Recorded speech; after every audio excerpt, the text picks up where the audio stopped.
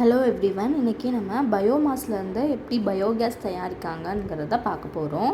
So இந்த biogas தயாரிக்கிறதுக்கு முக்கியமான ரா மெட்டீரியல்ஸ் எங்கேருந்து எடுப்பாங்க அப்படின்னா, இந்த பிளான்ட்ஸ், அனிமல்ஸோட வேஸ்ட்டு, அதுக்கப்புறம் நம்ம வீட்டில் யூஸ் பண்ணுற வெஜிடபிள் குக்கிங் வேஸ்ட்டு, அதுக்கப்புறம் இந்த அக்ரிகல்ச்சர்ஸ்லேருந்து வர வேஸ்ட்டு, இந்த உமி இதெல்லாம் இருக்கும்ல அந்தளோட வேஸ்ட்டு. ஸோ இந்த மெட்டீரியல்ஸ் எல்லாமே டீகம்போஷன் ஆகி அதுலேருந்து நமக்கு பயோகேஸ் உருவாகுது.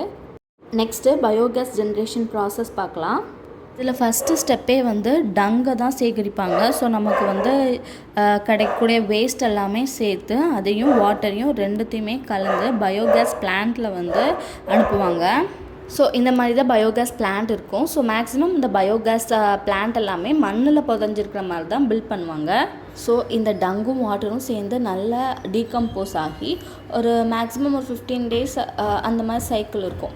ஸோ அது நல்லா டீகம்போஸ் ஆகி அதோட ஸ்லட்ஜு மட்டும் இந்த டேங்கோட அடியில் போயிடும். இந்த பயோகேஸ் அந்த பிளான்ட்டோட மேல் அடுக்கில் சேகரிப்பாகும். இதை பைப் மூலமாக வெளியே எடுத்துருவாங்க. பயோகேஸ் பிளான்ட்டில் கிடைக்கக்கூடிய ஸ்லட்ஜை பிளான்ட்ஸ்க்கு எல்லாத்துக்கும் உரமாக யூஸ் பண்ணிக்குவாங்க.